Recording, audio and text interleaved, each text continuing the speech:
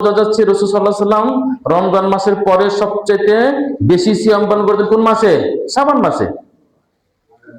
তো শাবান মাসে আজকে 10 দিন, 10 তারিখ চলে গেল, 10 দিন আজকে শেষ, আগামীকাল 11টা শুরু হবে। এখন যদি আপনাকে প্রশ্ন করি আপনি কয়টা করেছেন? হচ্ছে একটাও না। তাহলে রসুল আপনি কিভাবে আশিক হলেন? রসুলের কিভাবে আশিক হলেন? রসুলকে যে আপনি বলছেন আমি রহমান সাল্লামের একজন উম্মত, তার কথা কাজে মিল থাকলো? তাহলে আপনার জন্য আমাদের কি করণীয়? আপনার জন্য আমার জন্য করণীয় হচ্ছে এই মাসে কিছুটা সিয়াম পালন করা। কারণ কি জানেন, ওই যে বলছিলাম আপনার ব্রেক থ্রু হলে যেমন গাড়ির সম্ভাবনা থাকে, হঠাৎ করে সিয়াম আসলেও সিয়াম পালন করা আপনার জন্য কঠিন হয়ে দাঁড়াবে। তার জন্য এই মাসে সিয়াম পালন করা।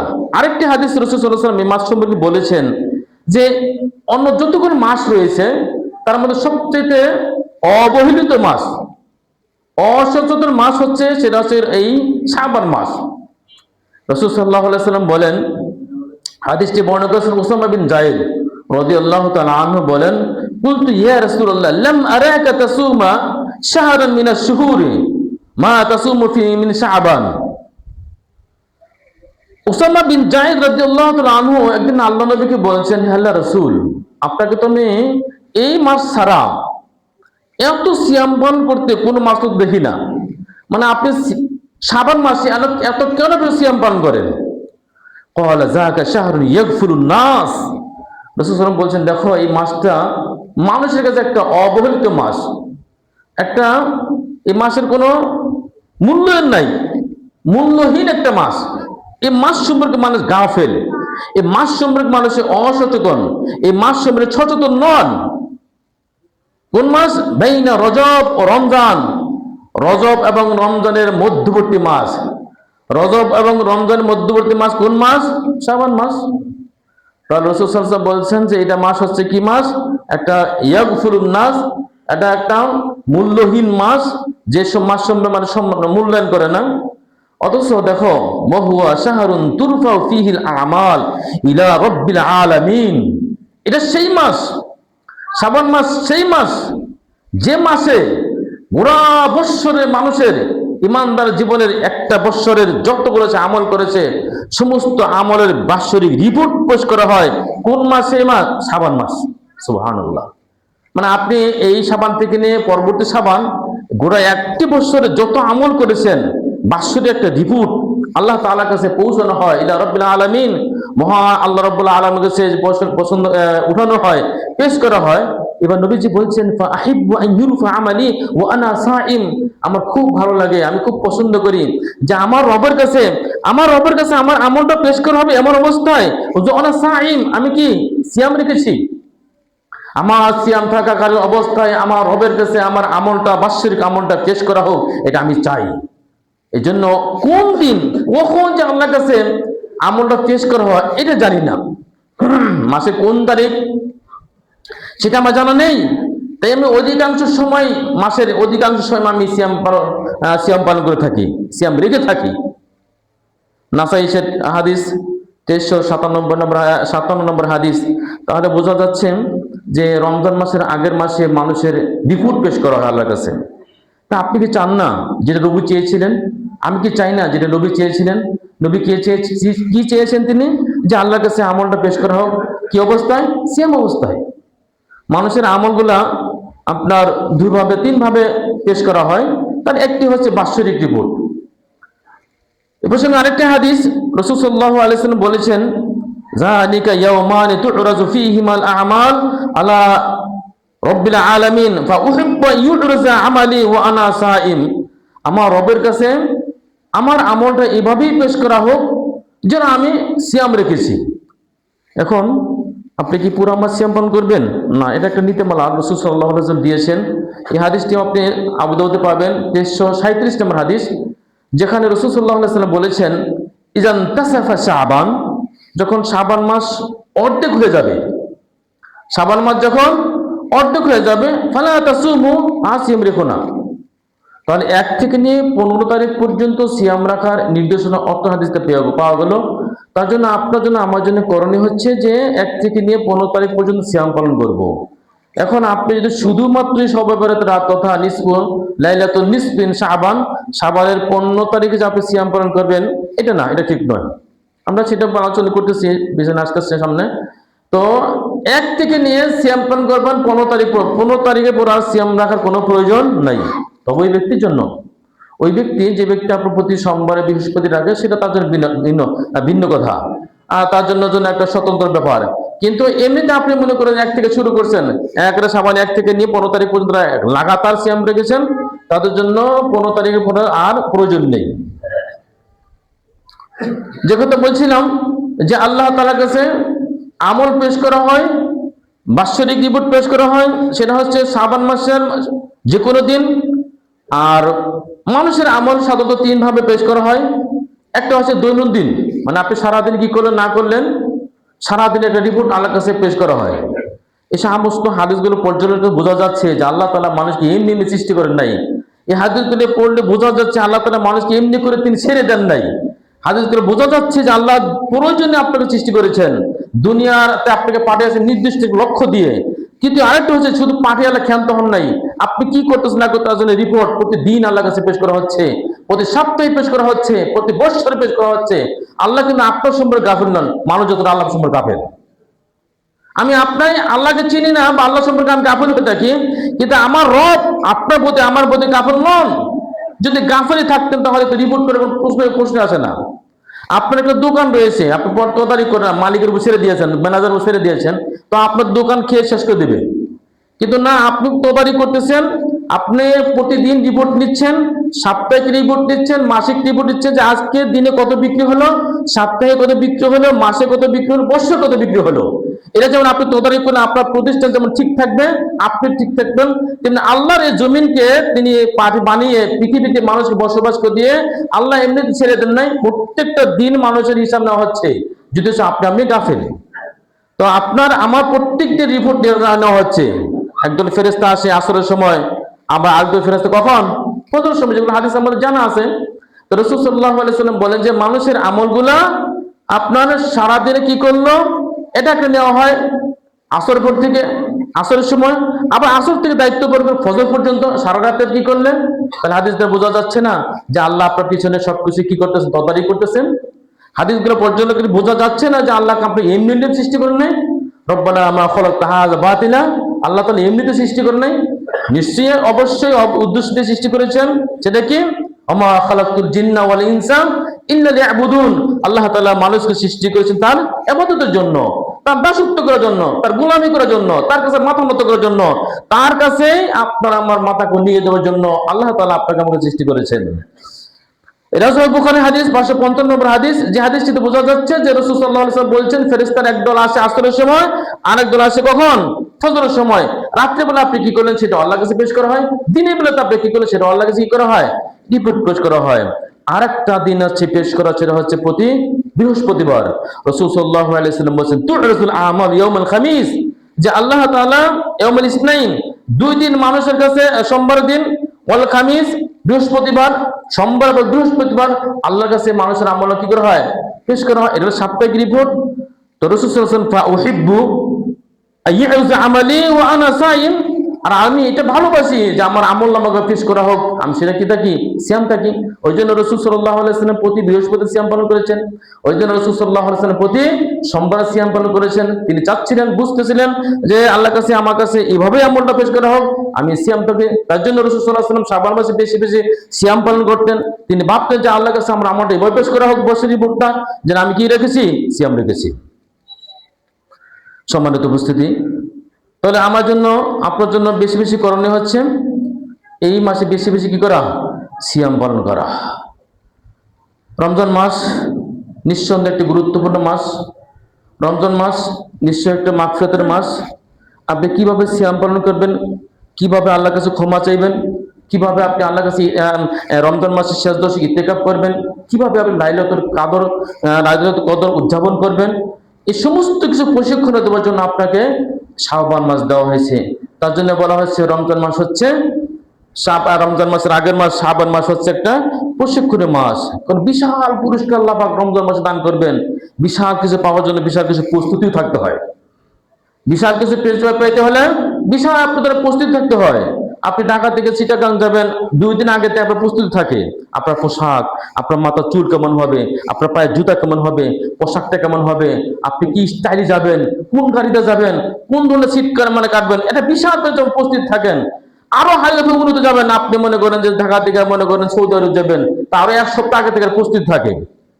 সবকিছু যেমন প্রস্তুত থাকে, রমজান মাসে এত গুরুত্বপূর্ণ মাস, যে মাসে রোজা রাখলে, সিয়াম পান করলে রাসূল সাল্লাল্লাহু আলাইহি ওয়াসাল্লাম বলছেন যে বিশেষ একটা জান্নাতের জন্য দরজা হবে, যেই জান্নাতের দরজা দিয়ে শুধুমাত্র সাইম যারা তারাই প্রবেশ করবে, অন্য কেউ প্রবেশ করতে পারবে না। মানে এটা কি আপনার জন্য বিশাল একটা পুরস্কার নয়? এটা কি একটা মর্যাদার বিষয় নয়? তো এত বড় একটা মর্যাদা আল্লাহ পাক আপনাকে আমার দান করবেন, সেই মর্যাদা পেতে হলে তার আগে থেকে কিছু প্রস্তুতি থাকা দরকার। সেই প্রস্তুতি আপনি কোথায় নেবেন? শাবান মাসে নেবেন। শাবান মাস প্রস্তুতি কিভাবে নেবেন? বেশি বেশি সিয়াম পালন করবেন। রাসূল সাল্লাল্লাহু আলাইহি ওয়াসাল্লাম বলেছেন, ইন্না ফিল জান্নাতি বাবান ইউকালু রায়্যান, যে জান্নাতের একটা দরজার নাম আছে, তার নাম কি?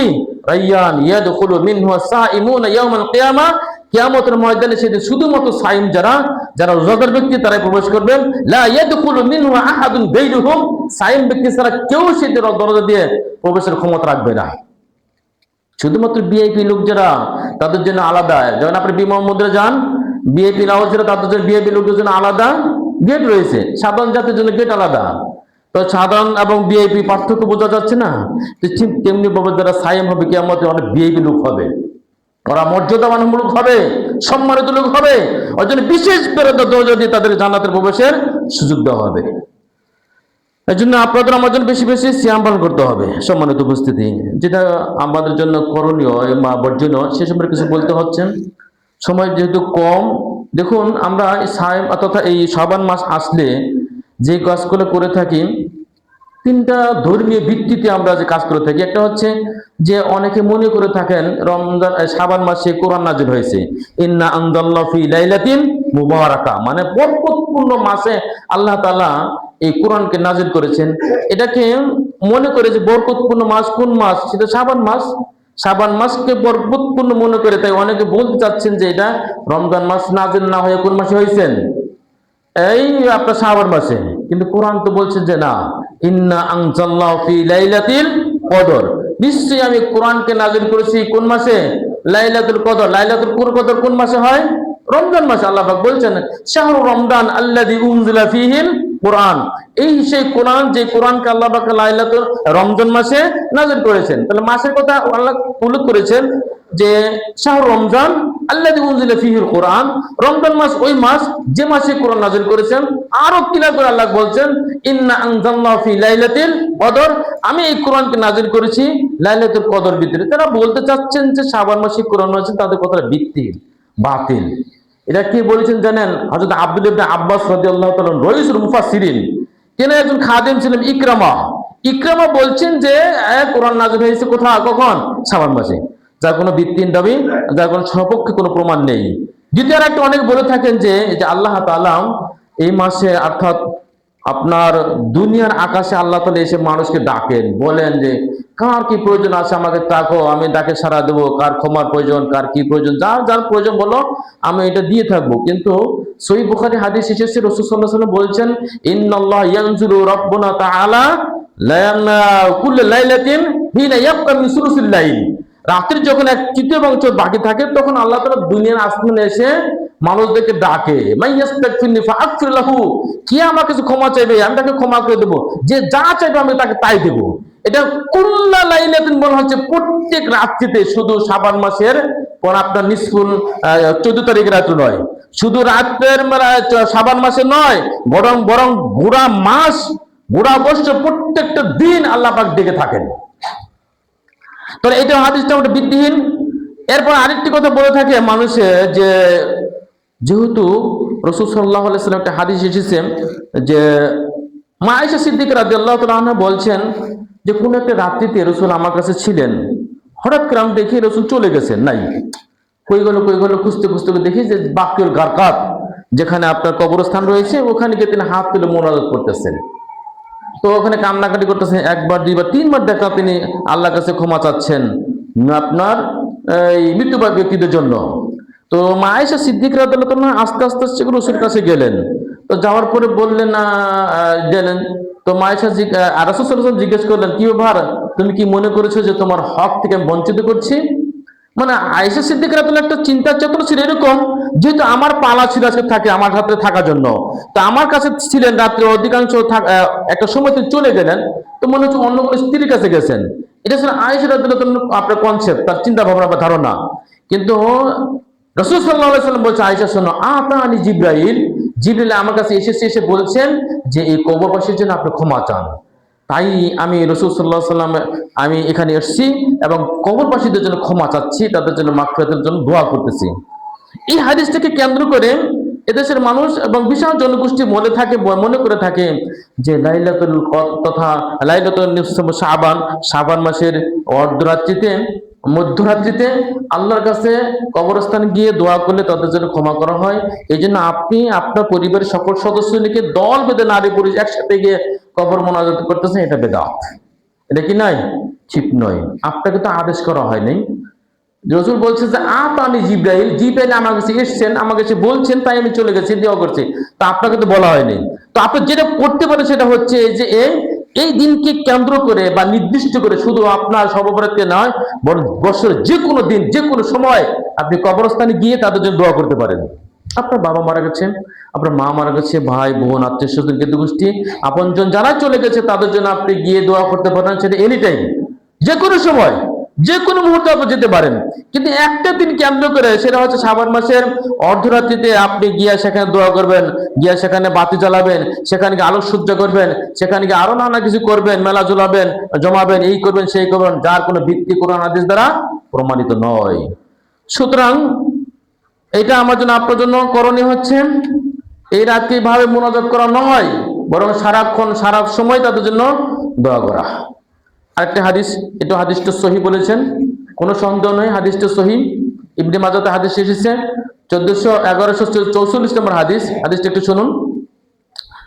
আবু মুসা আশআরী রাদিয়াল্লাহু তাআলা আনহু বলেন, রাসূল সাল্লাল্লাহু আলাইহি ওয়াসাল্লাম বলেছেন, ইন্নাল্লাহা লা ইত্তালিউ ফি লাইলাতিন নিসফ মিন শাবান, শাবান মাসের মধ্যরাত্রিতে আল্লাহ তাআলা জমিনবাসী বা পৃথিবীবাসীর প্রতি তিনি নজর দেন। ফায়াগফিরু লিজামিইল খালকি, পৃথিবীর সমস্ত মানুষকে আল্লাহ ক্ষমা করেন। ইল্লা আল মুশরিক আও মুহাসিন, দুই শ্রেণীর মানুষ বাদে পৃথিবীর সমস্ত মানুষকে আল্লাহ ক্ষমা করেন। যদি এটাই শুধু বলতেন যে সমস্ত মানুষকে ক্ষমা করেন তো ভালো ছিল, কোনো সমস্যা ছিল না। কিন্তু ইল্লা শব্দ এনে তিনি বলছেন, দুইটা শ্রেণীকে নির্ধারণ করে দিলেন। এক মুশরিক, দুই মুহাসিন। মুহাসিন মানে কি? মুহাসিন শব্দের অর্থ হচ্ছে যারা হিংসুটে, তাদেরকে মুশরিক, যারা আল্লাহর সাথে শিরিক করে। এই মুশরিক এবং মুহাসিন হিংসুকে বাদে পৃথিবীর সমস্ত মানুষকে আল্লাহ ক্ষমা করে দেন। এই ক্ষমার আওতাভুক্ত আমি আপনি সকলেই হতে পারবো, তবে দুইটা শর্ত। এক নম্বর শর্ত, আমার ভিতরে কি থাকতে পারবে না? শিরিক থাকতে পারবে না। শিরক মুক্ত ঈমান থাকতে হবে। শিরক মুক্ত ঈমান থাকলে, আপনার আমার ভিতরে যদি হিংসা না থাকে, এই দুইটা বদ গুণ যদি না থাকে, অভ্যাস যদি না থাকে, বদ অভ্যাস, তাহলে এমনিতে বিষ্ণাদের শুয়ে থাকি, আল্লাহ তাআলা ক্ষমা করে দিবেন। ক্ষমার আওতাভুক্ত আমি আপনিও সকলেই হব যখন আপনার ভিতরে দুইটা বদ অভ্যাস না থাকবে, বদ গুণ না থাকবে। দুইটা না থাকলে এমনিতে আমরা ক্ষমা হবে। তো আমাদের ভিতরে সবার ভিতরে আছে কম বেশি, কথায় কথায় শিরিক করতেছি। যেমন আপনাকে একদিন বলছিলাম, আপনার মনে আছে দিকে জানি না, যা আপনাকে বলে আপনি কেমন আছেন, তখন আপনি কি বলেন? আরে ভাই আমি যে কষ্ট আছি, আমি আর আল্লাহ জানি, আর কেউ জানে না। এই যে কথাটা বলছেন, শিরিক হয়ে গেল না? এটা কথার শিরিক। মানে আপনি তো এটা বুঝেন না, জিনিসটা না বুঝে বলতেছেন আমি আর আপনি মানে কি জানেন? আপনি আল্লাহ সমান হয়ে গেছেন, এটা শিরিক কথা। আবার একটা ইদানিং খুব প্রচলন, ব্যাপক প্রচলন হচ্ছে, ভালো থাকিস, তার মানে হচ্ছে ভালো থাকার মালিক কে? নিজে। ভালো রাখার মালিক কে? আল্লাহ। তা আপনি যে বলছেন ভালো থাকিস, তার মানে কি ও কি ভালো থাকার ক্ষমতা রাখে? না। তা আপনি যে কথা বললেন সেটা করে সেটাই কথা, আপনি বুঝতে পারতেছেন না। আপনার কথাবার্তা চল চলনে আপনার যে মানে পারিবারিক সামাজিক ভাবে কত শিরকে লিপ্ত হয়ে আছে, তার কোনো ইয়াত্তা নেই। তো এইভাবে বলতেছি তুই ভালো থাকিস, আপনি ভালো থাকেন, আল্লাহ বলতে হবে কিভাবে? আল্লাহ আপনাকে ভালো রাখুক, আল্লাহ আপনাকে হেফাজত করুন, এভাবে বলেন না? ভালো থাকিস মানে আল্লাহর ক্ষমতা আপনি নিয়ে নিলেন, ক্ষমতা আপনার কাছে ভালো থাকার। যা ভালো থাকিস, তুই ভালো থাকিস, আমার ভালো থাকার ক্ষমতা আছে? এই কথাগুলো শিরিক কথা। সাবধান। আজকে যারা যতগুলো মুসল্লি মা বোন এবং সারা যারা এখানে এসেছেন সকলে কথাগুলো খেয়াল করবেন। অন্তত পক্ষে এই নসিহত করে বাসায় নিয়ে যান যে এইভাবে কখন কাউকে বলবো না তুই ভালো থাকিস, তুই ভালো, আপনি ভালো থাকুন, এই কথা কখন বলবেন না। বলবেন কি আল্লাহ আপনাকে ভালো রাখুন, এটা সহি কথা। আগের কথাটা কি কথা? শিরিকি কথা। তো আপনার ভিতরে যদি এইভাবে শিরিক থাকে তাহলে আপনার ক্ষমা করবে কেউ বলেন? আপনি তো মনে করতেছেন আমার ভিতরে কোনো শিরিক না, শিরিক মুক্ত। শুধুমাত্র শিরিক কি আপনার মূর্তি পূজা করা? কই শিরিক কি আপনাকে বলতেছেন যে ওই যে কি বলে বেদিতে ফুল দেওয়া? শুধু কি শিরিক মনে করতেছেন যে আল্লাহ ছাড়া অন্য কাছে আপনার মানত করা? শুধু কি আপনি মনে করতেছেন যে আল্লাহ ছাড়া অন্য কাছে আমাদের শিরিক না? এটা তো গেট সবচেয়ে বড় শিরিক। কিন্তু ছোট ছোট শিরিক তো আপনার আমার সাথে একবারে পাঞ্জাবি মতো যেরকম লাগে আছে না, কাপড় চোপড় জামা যেরকম শরীরে লেগে আছে, তো এরকম শিরিক আমার সাথে লেগে আছে। আমার তো দেখেন আপনার ভিতরে আমার হিংসা কোনো অভাব নেই। হিংসা করতে করতে মানে জীবনটা শেষ করে দিলাম। হিংসার কোনো শেষ নেই, হিংসা করতে ক্ষমা হবে না। অথচ একটা হাদিস আপনারা সকলেই জানেন, আমার মনে হয় কয়েকবার বলা হয়েছে এবং খুতবাতে শুনছেন, আলোচনা শুনছেন, এমনিতে শুনছেন। ওই যে হাদিসটা, ওই যে এক ব্যক্তি রাসূল সাল্লাল্লাহু আলাইহি ওয়াসাল্লাম কাছে আসলেন, বসে আছেন মসজিদে নববীর ভিতরে, রাসূলুল্লাহ সাল্লাল্লাহু আলাইহি ওয়াসাল্লাম সাহাবাদেরকে নিয়ে বসে আছেন। তিনি বলেছেন অল্প কিছুক্ষণ পরে একজন লোক আসবে, তিনি জান্নাতি লোক। তিনি কি লোক? জান্নাতি লোক। তার নাম হচ্ছে আব্দুল্লাহ ইবনে আমর ইবনে আস রাদিয়াল্লাহু তাআলা আনহু। নামটা মনে রাখবেন, আব্দুল্লাহ ইবনে আমর ইবনে আস রাদিয়াল্লাহু তাআলা আনহু। তিনি আসছেন অল্পক্ষণ কিছুক্ষণ, জুতারা হাতে নিয়ে রাসূলের দরবারে চলে আসলেন। তো সাহাবারা দেখলেন যে এই তো সেই লোক। এইভাবে পরপর 3 দিন একই ঘটনা ঘটলো, আর 3 দিন ওই একই ব্যক্তি। কে সে? আব্দুল্লাহ ইবনে আমর ইবনে আস রাদিয়াল্লাহু তাআলা আনহু। এবারে একজন সাহাবী তিনি মনে মনে ভাবলেন দেখার দরকার জিনিসটা, কেন রাসূল সাল্লাল্লাহু আলাইহি ওয়াসাল্লাম তাকে জান্নাতি বললেন? কি এমন গুণ তার ভিতরে রয়েছে? কি এমন আমল সে করে থাকে?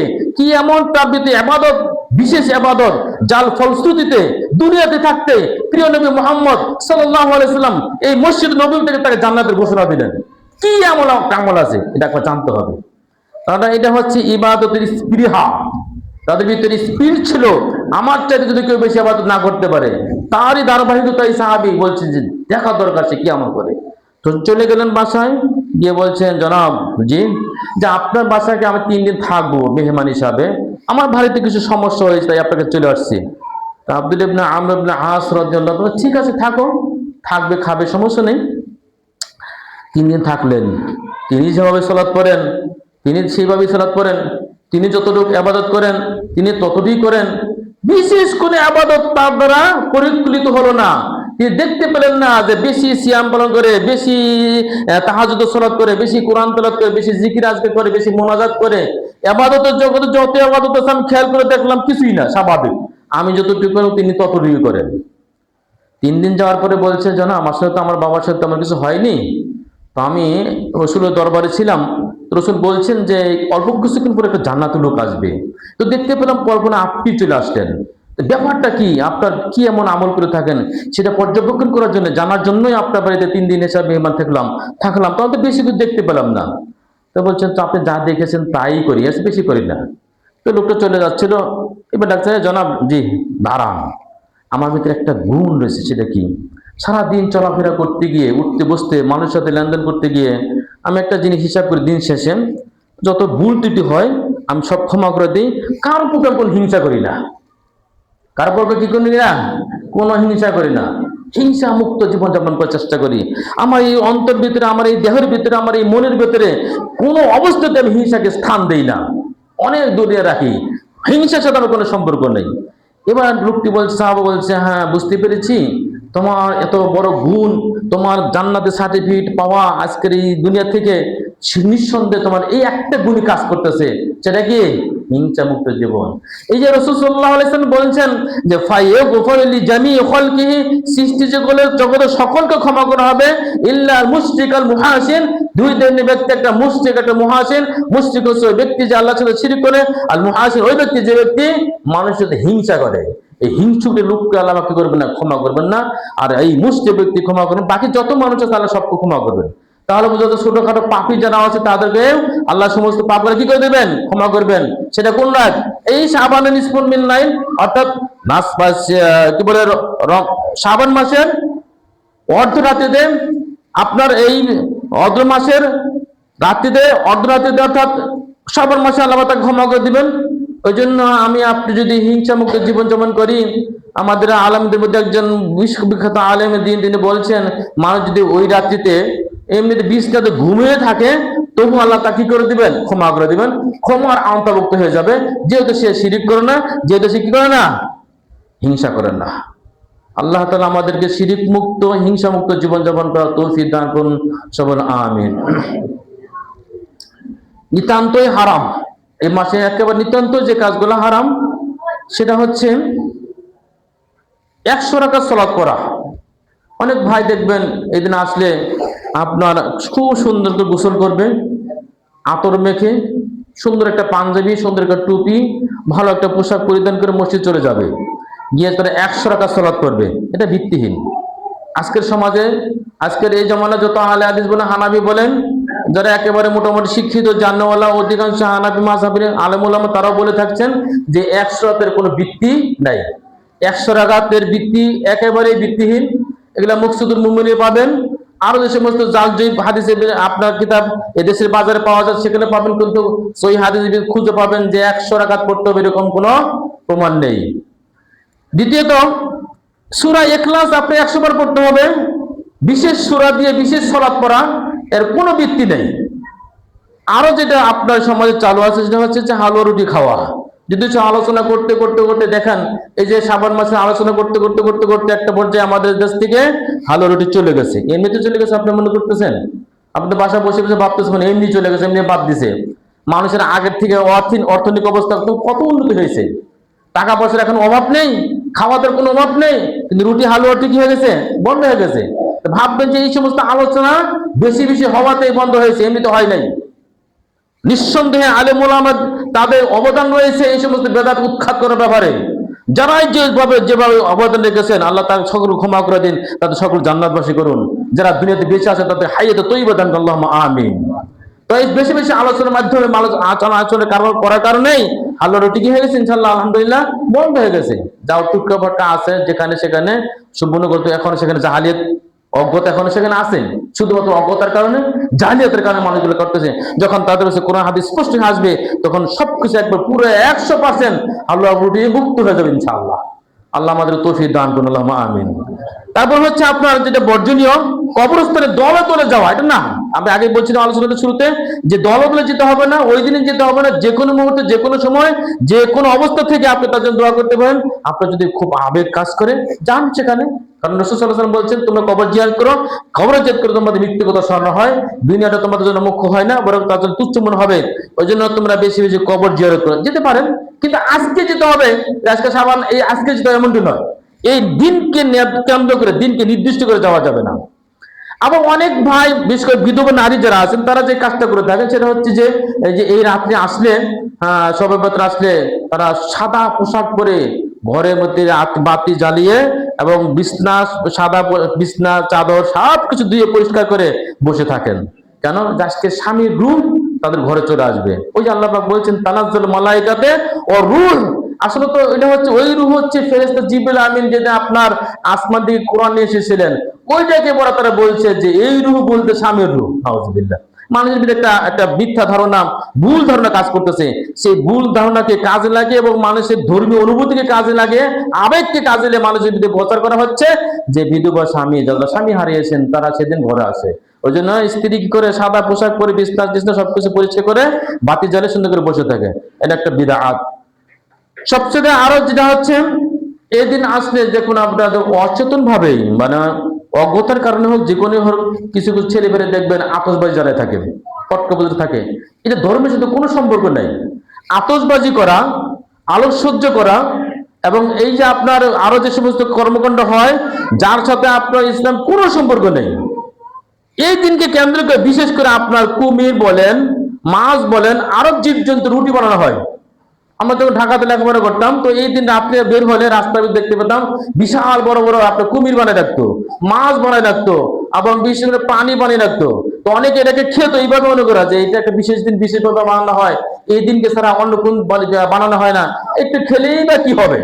এই জন্য অনেক খাইতেন, যা কোরআন হাদিসে কি নয়, সমর্থনযোগ্য নয়। সুতরাং এটাকে প্রত্যাখ্যান করতে হবে। আজকে আলোচনা থেকে আপনার জন্য, আমার জন্য বিশেষ মেসেজ, সেটা হচ্ছে এই রমজান মাসে বেশি বেশি কি করবেন ভাই, সিয়াম পালন করবেন। এটা আপনার জন্য অনেক উপকার আসবে, অনেক উপকার আসবে সিয়াম পালন করা, যেটা আপনার রমজানের জন্য খুব রমজানের রোজা রাখা আপনার জন্য সহায়ক ভূমিকা পালন করবে। আর যদি আপনি এই মাসটি মূল্যায়ন না করেন, গুরুত্ব না দেন, তাহলে আপনার জন্য বিশাল একটা ক্ষতির কারণ হয়ে দাঁড়াবে। তাই জন্য আপনার জন্য উচিত হবে রাসূল সাল্লাল্লাহু আলাইহি ওয়াসাল্লাম যে কাজটা করতেন সেই কাজটা আমার আপনার করা। রাসূল সাল্লাল্লাহু আলাইহি ওয়াসাল্লাম এই দিনকে বেশি বেশি সিয়াম পালন করেছেন। আর সবচেয়ে গুরুত্বপূর্ণ হচ্ছে, যেহেতু রমজান মাস অত্যন্ত গুরুত্বপূর্ণ মাস, রমজান মাস আসার একটা প্রস্তুতি এবং কোন দিন থেকে শুরু হবে সেই দিনটা আপনি জানতে পারবেন নিঃসন্দেহে যে আগামী থেকে রমজান শুরু হচ্ছে। যেহেতু শাবানে আপনি কি আছে, প্রস্তুতি রয়েছে, শাবানে আপনার কি রয়েছে, হিসাব রয়েছে। যেহেতু শাবানের হিসাব রয়েছে, প্রস্তুতি রয়েছে, এই জন্য রমজান পাওয়া আপনার জন্য খুব কি হয়ে যাবে, সহজ হয়ে যাবে। আকাশ মেঘাচ্ছন্ন থাকলেও আপনার জন্য সেটা কি হয়ে যাবে, সহজ হয়ে যাবে। আল্লাহ তাআলা আমাদেরকে এই শাবান মাসে যা করণীয় এবং যা কিছু বর্জনীয় তা পালন করার এবং বর্জন করার তৌফিক দান করুন। আমিন। ওয়া আখিরু দাওয়ানা আলহামদুলিল্লাহি রাব্বিল আলামিন। আলহামদুলিল্লাহ ওয়াহদাহু ওয়াসসালাতু ওয়াসসালামু আলা মান লা নাবিয়্যা বা'দাহু। أعوذ بالله من الشيطان الرجيم. بسم الله الرحمن الرحيم. إن الله وملائكته يصلون على النبي يا أيها الذين آمنوا صلوا عليه وسلموا تسليما. اللهم صل على محمد وعلى آل محمد كما صليت على إبراهيم وعلى آل إبراهيم إنك حميد مجيد. اللهم بارك على محمد وعلى آل محمد كما باركت على إبراهيم وعلى آل إبراهيم إنك حميد مجيد. اللهم اعز الاسلام والمسلمين واذل الشرك والمشركين. اللهم انصر من نصر دين محمد صلى الله عليه وسلم واجعلنا منهم، واخذل من خذل دين محمد صلى الله عليه وسلم ولا تجعلنا منهم. اللهم احفظنا من كل بلاء الدنيا وعذاب الآخرة. اللهم احفظنا من كل بلاء الدنيا وعذاب الآخرة. يا شافي الأمراض اشف مرضانا ومرضى المسلمين. يا شافي الأمراض اشف مرضانا ومرضى المسلمين. أذهب الباس رب الناس واشفي أنت الشافي لا شفاء إلا شفاؤك شفاء لا يغادر سقما. يا أرحم الراحمين فارحم لنا وأنت خير الراحمين. يا غفور غفار فاغفر لنا ذنوبنا وقنا عذاب النار وقنا عذاب القبر وقنا عذاب الحشر وقنا عذاب الفلسرات. عباد الله رحمكم الله، إن الله يأمر بالعدل والإحسان وإيتاء ذي القربى وينهى عن الفحشاء والمنكر والبغي يعظكم لعلكم تذكرون. فاذكروني أذكركم واشكروا لي ولا تكفرون.